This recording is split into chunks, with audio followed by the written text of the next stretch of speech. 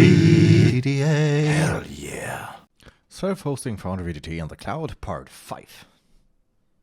Okay guys, this is Sebastian with another part of this tutorial. It is applicable for everyone who is running Foundry on Linux, so it's not really related to anything special in this other tutorial series. And we will be talking about backup and restore. We will be starting by bringing you up to speed of what Foundry as an application is and what is special about it, what we perhaps should know when thinking about making a backup and making a successful restore from that backup. Then we will be looking at the components, or like the file system structure that we employ, how we structure our Foundry server, which is transferable if you're using another scheme or directory structure or hierarchy or whatever. So you will see some parts that are very, very similar, even the same in your installation, even if you did not follow the rest of the tutorial.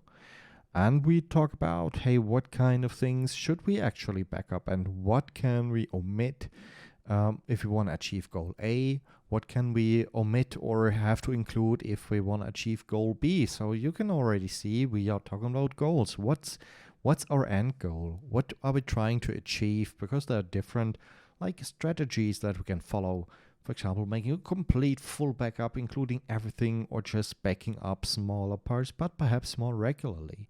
So it's a little bit of theory up front, and then we just do a backup and do a restore and just see how it works out and how easy it really is to get a nice and cozy and warm feeling in your belly that you can, whenever it is required, go back in time.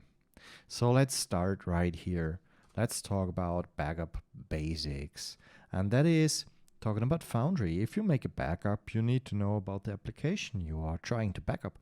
Because here we got a web server, that's not critical, so that's just a bunch of files and an application that presents them to a user. But we got a database here. And database and backing up databases can be tricky. Because either the database system or the application working with the database is sometimes doing some housekeeping stuff, like compacting the database or cleaning up by deleting old records that are just flagged for deletion but not yet deleted because of, well, providing a performant access to the underlying data. Index rebuilding, for example. So if we do a backup while these housekeeping processes run, the backup result in the end might not be consistent. So what does that mean? If we are trying to restore that and we just found that exact point in time when Foundry started, for example, compacting its database, but it didn't finish yet, we might end up with several parts of the database already being compacted and other parts not yet compacted. And depending on how this compacting is done, it might end up in a state that the database cannot be spun up. So the application fails to start because this data looks weird. I cannot really read the data and therefore you cannot start Foundry. So this is all the things I'm talking about is general backing up databases knowledge based on my just experience in IT. And Foundry might be more resilient to this kind of step. But we will see in a second that it's really easy to make a correct backup in the database sense. So why not apply this knowledge? Because we can just stop Foundry, then make the backup, then start Foundry again. And I guess every one of you might have a short maintenance window where no game is running and is able to stop Foundry for half a minute or a minute. Depending how much data you have, it might take a little longer even. So that's the safest bet. Just stop Foundry, therefore no application work is done on the database, no compacting, no accessing, no reading, no writing. So we can safely make a backup and then start Foundry again. And if we need to restore it, we of course will stop Foundry, we'll restore the database, and then we start Foundry again. So the exact same process that we're doing, and in the end we have an intact, consistent database backup. Now, whatever strategy to backup you're using, I just advise you to test the restore also. Just do not make a backup and think everything is fine. Test it at least once to make sure that the strategy is working out correctly and the result is the result that you inspected, because you wouldn't be the first one to find out that once you have a data loss occurred and you are relying on the backup to be restorable and the application to be in the exact same state that you intend the application to be, and then you find out that this isn't the case, and then you are in really deep trouble. So just test it. Test it once at least to find out if the strategy that you're employing is correctly working, and test it perhaps regularly to just make sure that the data is still intact, and the restore can take place based on the backups made. So that's it for backup basics, and let's have a look at the file system underlying our Foundry installation. And as I said, your file system might be different in some aspects, but in generally you will see the same folder structure than we do here. So the answer that we want to address, or the question that we want to answer, is what should we back up? And we have different options here. So let's go into the file system structure that we created when installing the Foundry servers, and that is everything for one Foundry server is found within one directory. In this case, the directory is called saloon.oneshottavern.com, reflecting the DNS name, so we can easily map the things. That is the domain name, that's the Foundry server, and that's its underlying data. And within that directory, we created two other directories, first the bin folder and the data folder.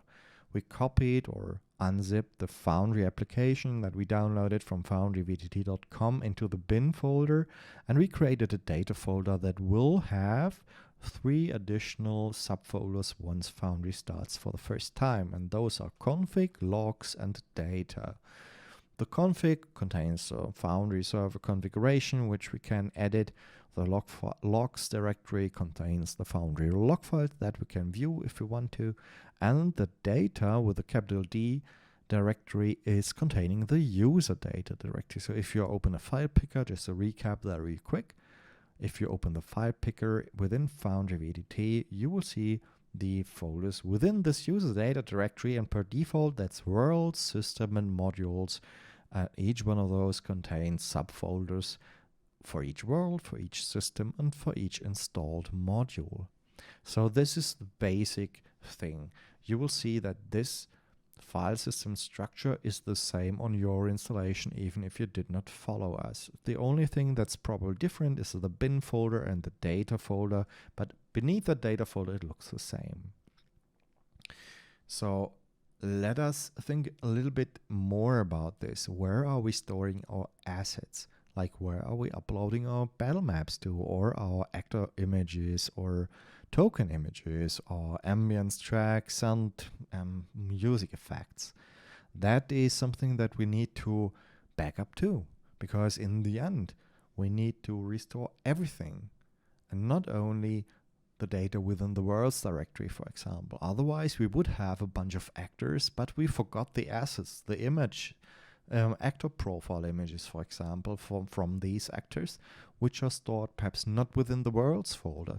And if we set up Foundry after a disaster, so we download the most recent Foundry VTT version and install it, so the bin folder has been restored manually for us, and we started we created the data folder here manually. We started Foundry server once to let it create the config, logs, and data directory, and then we restore this worlds folder, or one specific worlds within that worlds folder. And if we do not have the image resources attached to the actors, items, battle maps, all these things will come up either blank in terms of actors, or scenes that cannot be loaded, and you will be greeted with error messages within Foundry. So I cannot access this image file, I cannot display this actor image, all these stuff. So let's have a look at where are we actually storing our assets, and that is something that is special for you. You decided where to upload your images to, and you just need to make sure that you back up that also. So here we can say we can either store images within this user data directory, for example, within the worlds folder. So you can create a goblin and upload the goblin profile image to the specific world you are deploying the goblin to. For example, let's have here, what to back up here. We have the goblin, and our world is called my world. So the goblin image could be put in the worlds folder, then my world for the world name, and then goblin.gif or PNG or JPEG. So that could be the image file, the asset that we are using, and the path is within this world folder. Or we can, for example, create a different assets folder or uploads or whatever you wanted. Just next to all these three, we can create a folder, and we can use that as a designated target for our assets. And we can create a battle maps or an ambiances directory and store the things to organize our assets a little bit better. But in the end, it's within this use data directory. And the third possibility would be to use something like DigitalOcean Spaces. So it isn't really in the file system of our server, but in a storage infrastructure outside of our droplet even, so our virtual machine. And that makes it rather easy for us because we can just back up the worlds folder here, and all the images and other assets are still available in DigitalOcean Spaces unless we delete those manually. So unless you do that, you are super safe, and you do not need to worry about where do I store my assets? Do I need to back up them? And in case of a restore, you can be absolutely sure that the goblin will have its actor image because it is located at fvtt.digitaloceanspaces.com/assets/goblin.jpg, for example. So it's not even on this server. It's never been touched. So, and this brings me to the conclusion here. So for a fully working backup, and more importantly for a fully working restore, all assets used need to be available at the original file location because that results in the original URL used to access it. So that's important. So let's look at the three options that we have. Storing it within your world. The Pro, it's very easy to back up and very easy to restore because if the goblin image is within this world, my world folder, for example, and if you back up that folder, you have everything you need. Everything is contained within this archive that we will be creating. It's very easy to do. It's very easy to back up, very easy to restore because it's just one folder. The con here is you might use a goblin in all of your worlds or multiple ones at least. So you got my world and my world B and my Tuesday group, and every one of those might have a goblin. So you will be actually storing this goblin image 3 times, for example, and thus claiming 3 times the file size versus just storing it once, which we could achieve by, for example, storing it in an asset folder, so a folder specifically reserved for storing assets. The Pro here, you can reuse these assets in all worlds. So the goblin's image would have been saved just once. So in the end, in comparison to the first solution, you will be saving this space. But the con here is that you need that goblin image for all of your backups. So if you want to make a backup of my world, you would need to copy the my world folder and the asset folder. And if you want to back up another world, you would back up this another world folder and the asset folder. You see, the asset folder would always be part of this backup. So the backups would be growing in size. That's not so an issue if you are drawing these archives that we will create. If you are copying that, for example, to your local workstation from the server, freeing the space claimed by this archive, then the size of the backup is, well, doesn't really matter at all because a local hard drive for your own computer is very, very cheap in comparison to the drives available to your virtual machine. So that would be a good idea then. So the best thing to do is to actually store your assets on another storage area, for example, DigitalOcean Spaces. The pro here, we do not have to think about it, because as we can see here, let's go back for that, the URL and therefore the location never changes for all worlds, for all servers even, so we can just skip everything. We do not need to worry about the images. They are always here, so we do not need to include that in the backup, and still we can reuse the images, because we can use the Goblin image on DigitalOcean Spaces on the My World or the Tuesday group world or the My World B group. So that's very, very easy. Just put it on S3. Do not worry about backing up. The con is obviously the costs attached to it. So it's $5 a month. There's so many options, and you just need to decide on the option that works best for you. You can absolutely create backups from the complete thing and just copy it to your workstation and delete it on the server to free up the disk space. So let's have a look at what we need to actually backup, and the asset handling part. I make a check mark here on that. So you just know now about it. You need to back up your assets if you back up your worlds.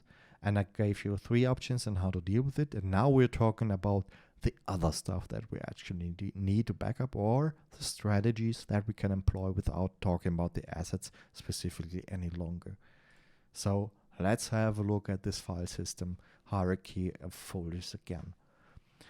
We can just back up basically everything, the whole server, and I do not know why the slides are transitioning without me touching anything, so sorry about that. So we can just back up everything within the saloon.oneshottavern.com folder. This will allow us to really create an archive, a snapshot of a currently running world with our currently used game system version, with everything that is inside that world. So every actor, every chat log, every spell, item, scene, and journal entry, everything you have in this world will be contained in this backup. Of course, restoring it is super easy. Just extract the archive and you're basically good to go. The drawback of this is the file size of the complete thing. So if you do that regularly, for example, automatically once per day, then your space requirements on the hard disk will grow quite quickly. And therefore you need to manually clean up that quite often by, for example, deleting old versions, old backups, or by just copying them to your local work machine or a Dropbox or Google Drive, wherever you have cheap other storage assigned to it. But it's a great solution. For example, if you have a campaign that ends, you just create a backup of this whole server and store it for just, memories. And in one point in time, perhaps a year down the road or 2 years, you still have a working Foundry application and a working game system. So everything is compatible to the data that is within this world. So you just extract it, start Foundry, and you can go back in time and remember what your party did in that or that exact moment. So that's great. That's what we, for example, as an institution deploy when we're dealing with like Forschungsergebnisse, now the results of scientific research. We need to create a copy or backup from all these results and keep them available for 10 years. And if we are talking about, for example, a Word document, only a Word document, and scientific software is sometimes way more complicated than that, we just have to make sure that we do not have the data only, but we need to be able to view this Word document. And a Microsoft Word application 10 years from now might not be able to read the now recent and then 10-year-old Word document because the format changed so much. So what you're doing here is you not only save the data, but you're saving the application you use to view the data and work with the data alongside it. So that's the safest thing you can do. But again, it takes the most storage.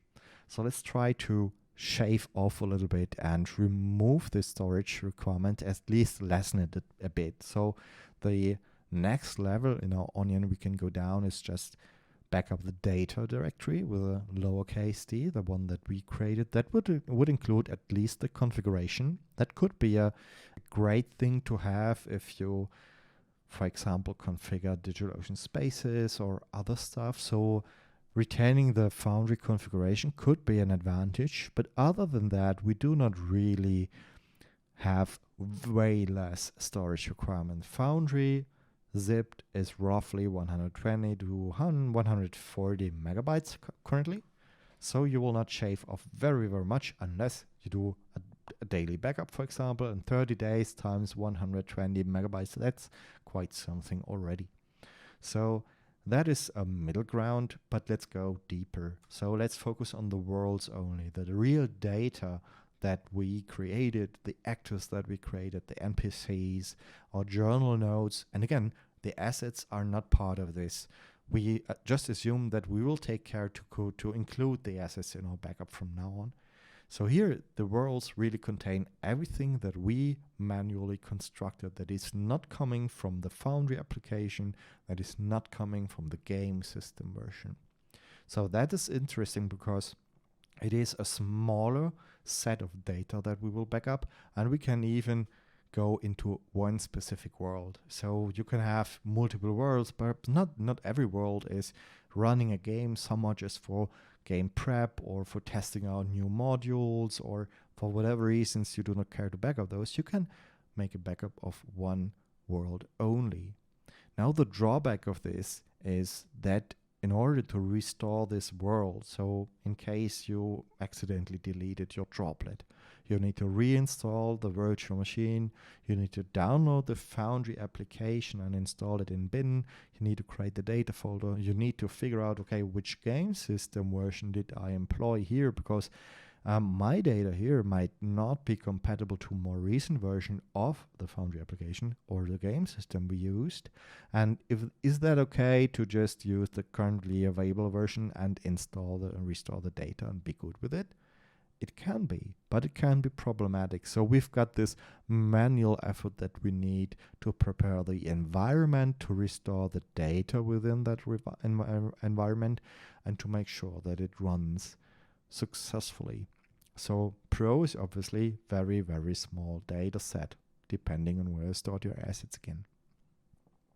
So these are the strategies that are possible. If we go back here, again, everything to just the world, and everything in between is possible. And it's possible because it's all file level based, and we can make under Linux very, very easily a file level based backup. So let's begin with making a backup and restore it and find out what we need to know about tar, the utility that we were using to create an archive. You can see that I have created one actor within this otherwise very blank world, and it has a profile picture assigned to it. And this is stored within the user data directory asset NPC folder, and it's called goblin.jpg. So it's basically the setup scenario number 2, where we store the assets in the user data directory, but not within the world directory, because it's some kind of middle ground of complicated things that we want to look for. So that's a good thing to demo it. So let's look at the command line, and we are indeed in the user data directory. As you remember, it's within the server directory and the data directory that we created in the capital D data directory that Foundry created for us. So I installed a utility called tree, and we can list the directories only, and that will show you as an assets. Within that assets is NPCs, and there's the Goblin file. We've got the modules and system with its subfolders for D&D 5e, and we've got worlds with the example world, the only world that is existing on this Foundry installation, which is with its own data that contains the database files and scenes directory. So we got just a regular Foundry installation, and we want to backup the world, example world, but alongside its data, its assets, not data. But we need to retain this image. But we will do two things. First, we will omit that, and the second backup will include this asset. And this will demonstrate why it's important to backup both. I think showing is better than just explaining. So, okay, we will be doing two things. First, we will create the backup as designed. So we will be using tar, and as I said, it's rather easy to use. We need to supply just 4 arguments or parameters to it, and the parameters are almost the same if you want to create a backup or extract a backup into its original location, that is, restoring it. So we will prefix the parameters to tar with a dash, and then now following 4 characters, and I will explain what they mean. The first is C for create an archive. So we will be creating a backup. C is for create. V stands for verbose. It will display what it actually does. So we can be more familiar with the command in the long run. First times you will probably just use verbose and understand what this utility does. And you can omit this parameter if you are very confident in using the tar command. Then we would say Z for zipping. So create a compressed archive to save on disk space. That's always a good idea. So we will be using gzip in the background to compress the archive. The last one is F, and it stands for file. So instead of tar guessing what good file name for this archive would be, we will supply it. And in order to have one central location to keep all backups, I created a backup directory beforehand, and that is located in my user home directory. So we can start with a tilde sign, add a slash, and then it's called backups. So within my home, there's a folder backups, and that location we want to store all the backups that we make. But we need to supply a complete file name, so this is the directory part, and I will just name it example world, and perhaps use some numbers to indicate this is the first backup. And we end that with tar because it's a tar archive, and we suffix it with gz, so it's a compressed tar archive. So right from the name, we actually see what it includes. It's a backup of example world, and it's the first backup, and it's a tar archive, and it's compressed. So great. Now we need to provide tar with what directories do we actually want to backup. And we are in the data directory. So we need to include first and foremost, starting from the current directory. So we prefix it with a dot, current working directory assets. And we want from the current working directory worlds, example world. So these are the 2 directories that we want to insert into our archive file. Now if we hit enter, we can see that the verbose flag outputs all directories and files that it included into this backup or into this archive. We see the asset folder is used. We see the worlds folder is used, and within that world folder only the example world is actually considered to be part of this archive. So it's exactly what we want. Now let's create an archive without the assets folder. I used the cursor up button to repeat. So it's basically a command history that we can access with cursor up and down. And for the lazy folks like me, I'll just edit the last command and remove the assets part. So only the world's example world will be part of this archive. And we will call that no assets, just to differentiate from the first backup we made. So let's have a look at that. You can see asset is not longer part of this backup. And if we list the contents of the backups folder, we can see that there is some other files that were tested everything out, obviously, but we have the example world 01 tar gz.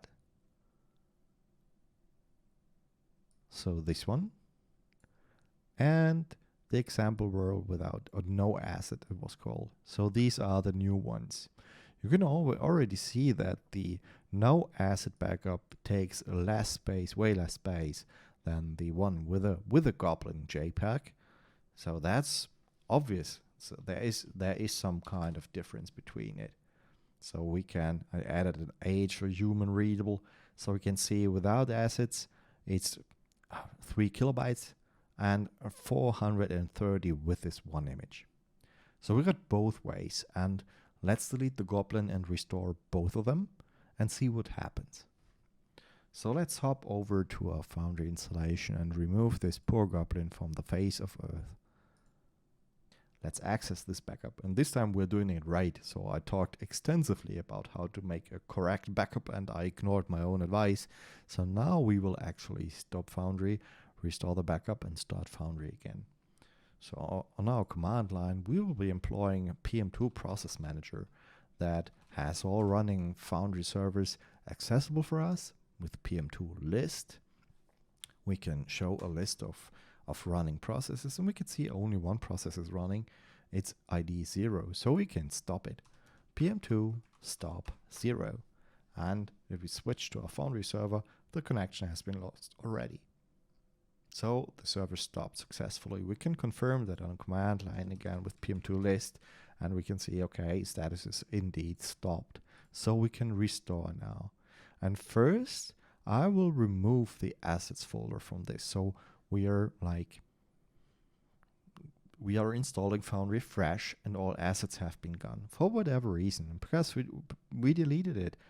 So we remove the assets folder here, and we do it recursively, and we force it so it's gone. If we check at that, so no assets any longer.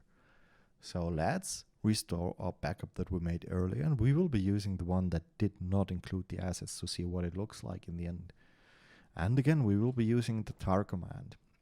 And if we scroll up in our command history, we can employ this one here. And I said it's just one command, that is one parameter argument that's different. Instead of creating an archive, we will extract from an archive. So X instead of C, extract versus create versus extract.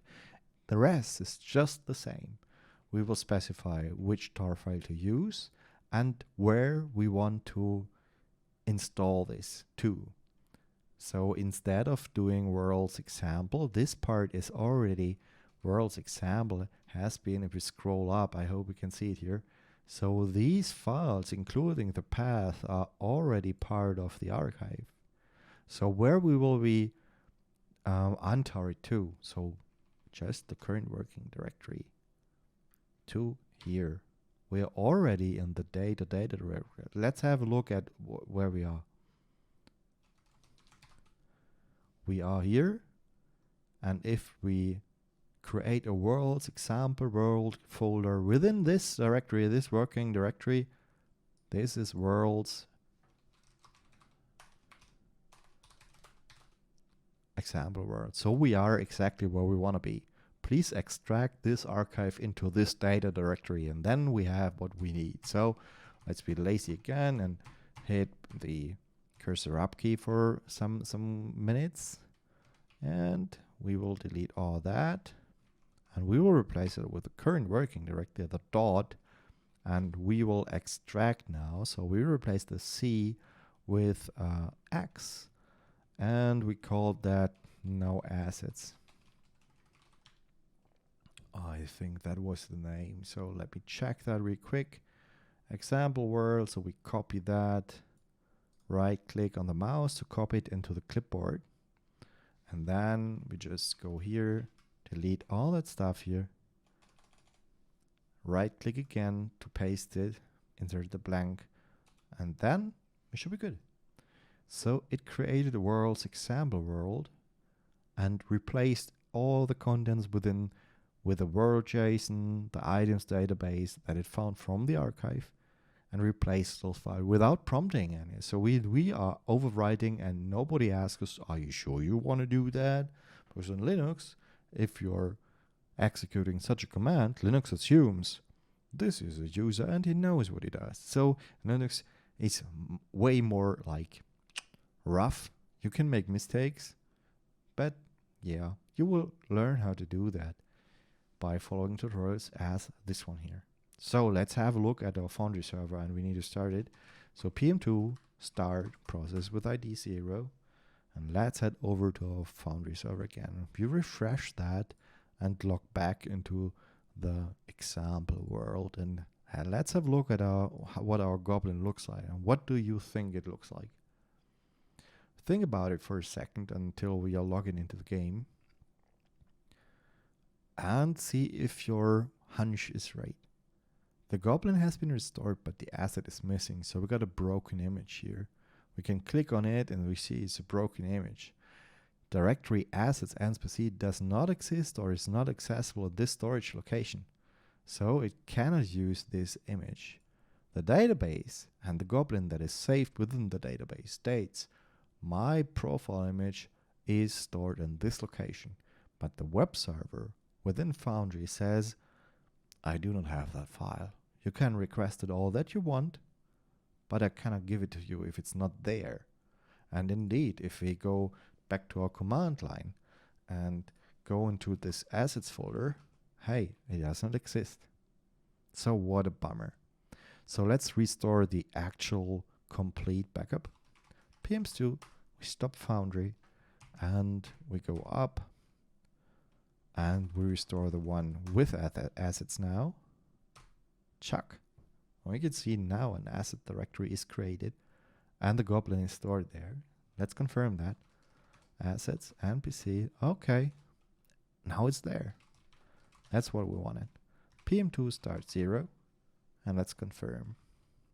We need to relog again because Foundry stopped and started. We go to the example world. And this time the image is there. So we restart the assets and the database, and together they create a complete entity. That's what I was talking about earlier. We need to make sure that everything we need is included in this backup. So that is mainly what I wanted to show you today. We used the tar archive, the tape archive command, to create a backup, store it at a location, and you can always copy that backup to your local hard drive on your Windows computer or wherever. Well, disk space is no issue. And if you need it, you transfer it back to a server and restore it to the appropriate location. So great. We are able to reliably identify the directories that we want to include in our backup, and we can actually create a backup on demand. You can trigger it, you can create some schedules that are automatically backupping your servers, but again, I would refrain from doing so because of this database compression thingy. So that concludes the complete tutorial series. I will finalize this with demoing the script that or the program that I develop or that is in development, and this exact part, backing up and restoring, needs some love with this utility. And once this is done, I will gladly create an updated video showing you how to create a self-hosted Foundry VTT game in the cloud using DigitalOcean within minutes, starting from 0.